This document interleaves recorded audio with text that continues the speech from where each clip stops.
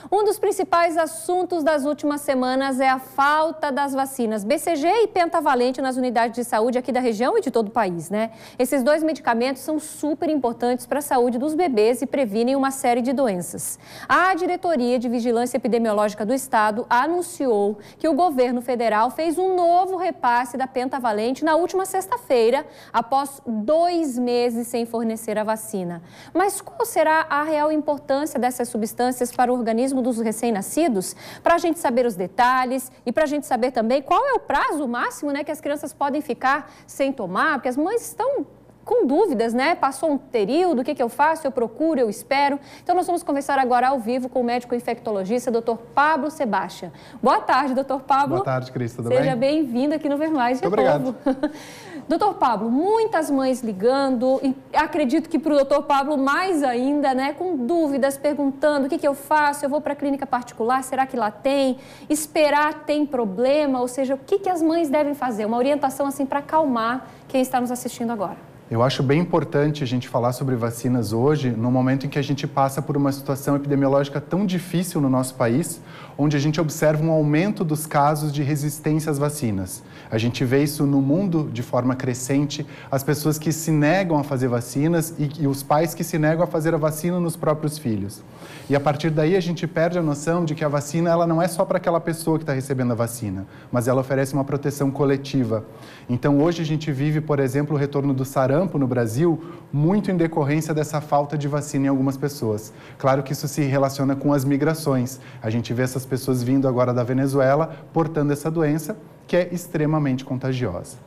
Partindo para essas duas vacinas que estão agora em falta, a gente teve essa boa notícia na semana passada da distribuição da pentavalente. E é importante entender que quando a gente tem falta de vacina, é uma questão de logística, foi uma questão de compra e distribuição dessa vacina.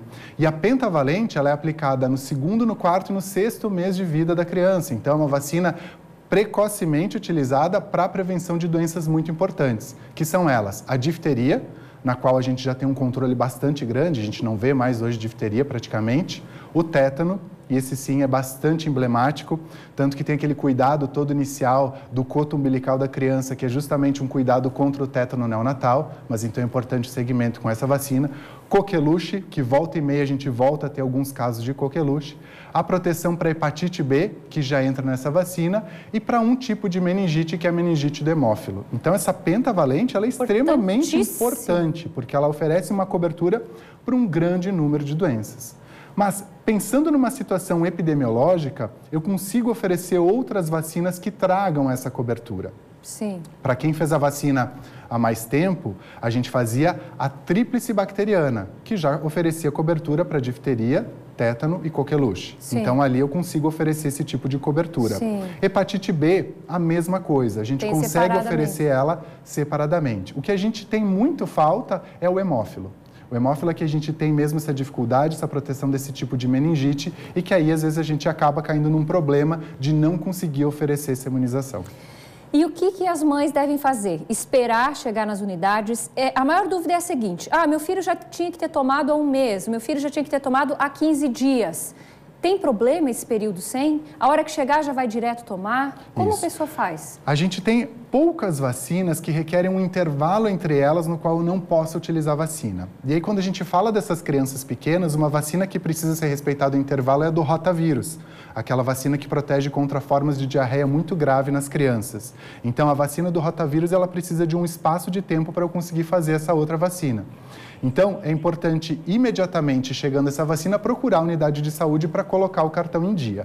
Aquelas pessoas que têm disponibilidade para fazer essa vacina na rede privada, eu não vejo problema algum em que vá fazê-la, né? Porque a gente fala hoje de situações que são epidemiológicas, que são referentes a essas migrações, e a gente vive numa área muito grande nesse termo de migrações, então é importante sim essa prevenção. Temos o WhatsApp, temos a participação. Vamos ver aqui. A Daiane Cristina: meu bebê vai fazer 3 meses na próxima semana. Ele tomou a vacina de 2 meses, mas deixou de tomar a pentavalente por conta da falta dela. O meu bebê corre algum risco se ficar algum tempo sem tomar a vacina? Então, como a gente falou, a cobertura oferecida por essa pentavalente, o que a gente vai ter de mais importante agora serão esses cuidados referentes às meningites, relacionado ao hemófilo, onde a gente tem um controle muito bom já hoje em dia. Quando a gente olha os casos de meningite, a gente já tem falado aqui sobre as meningites, a gente vê que a meningite do hemófilo, ela praticamente zerou no estado, graças a essa alta cobertura vacinal. Sim. Então, como eu tenho muitas pessoas protegidas contra o hemófilo, dificilmente eu vou ter circulação a ponto de comprometer a saúde dessas crianças nesse momento. Sim. Para o tétano, a mesma coisa, o risco para a criança é muito menor. A hepatite, a gente conseguiria oferecer. E a difteria e a coqueluche é que a gente fica nesse medo, porque se acontecer uma situação diferente, vai ser alertado. Então, o que as mães têm que entender é que sempre que existe um aumento de frequência de incidência de alguma doença numa região, isso é amplamente notificado. Avisado. Então, essa mãe pode ficar tranquila e esperar a vacina chegar e quando chegar ela deve dar para o bebê. Isso, até porque agora no 3º mês ela já deve ter que fazer a da rotavírus. Então, né? por enquanto, ela fica tranquila. Isso. Se ela não tiver condições de dar na rede privada, que seria o ideal, aguarda. Até porque a pentavalente ela já está em normalização. Até a semana que vem, para ela estar distribuída nos municípios do nosso estado. A que a gente ainda tem o problema é a BCG. E tem ideia, doutor Pablo, de quanto tempo deve demorar isso ou não? A BCG, o problema foi mais embaixo. Né? Na verdade, o Ministério da Saúde ele fez uma compra de um novo laboratório, que não era o que ele costumava utilizar, e a partir disso a Anvisa, quando recebeu essa vacina, foi necessário estudo de segurança. Por quê? Uma vacina é extremamente impactante em saúde pública. Então, são necessários vários estudos e isso atrasou que ela pudesse ser liberada. E falando em BCG, é a vacina que protege contra a tuberculose. Agora, no sábado, dia 24 de março, é o Dia Mundial de Combate à Tuberculose. E de que forma melhor eu posso prevenir a tuberculose do que tratando as pessoas que têm essa doença? Já que o único foco de doença da tuberculose é o doente bacilífero, aquele que está acometido da doença e está eliminando os bacilos da tuberculose no ambiente. Então fica aqui o alerta, eu acho que muito importante a vacina, mas extremamente importante o diagnóstico precoce e tratamento. Tá, quem está nos acompanhando agora e como a gente sabe que a BCG, ela não tem ainda previsão de chegada, quem tiver condições, vale a pena dar da rede privada? Pode procurar a rede privada também da mesma forma. Seria né? o mais adequado?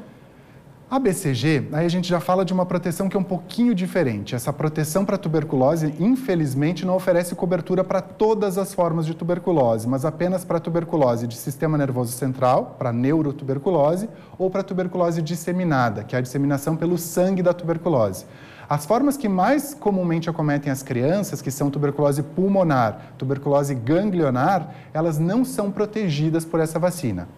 Então, infelizmente, esse é um problema que a gente tem um problema grave de saúde pública. Ou seja, né? tem que readequar essa vacina, inclusive. A gente precisa pensar nisso, porque o Brasil, inclusive, ele faz parte da grande carga de tuberculose no mundo. São 22 os países responsáveis por 80% da tuberculose no mundo. Ou seja, e nós estamos quem tem condições, dê na rede privada, de certa forma também quem receber já vai saber que está recebendo uma vacina que está defasada, que tinha que ter sido já readequada pelo Ministério da Saúde, porque ela não está prevenindo para aquilo que hoje nós temos maior demanda, que é um outro tipo de tuberculose. É isso que eu entendi? É isso mesmo. Ou seja, vou sair daqui preocupada. Obrigada, doutor Pablo. Seja sempre bem-vindo.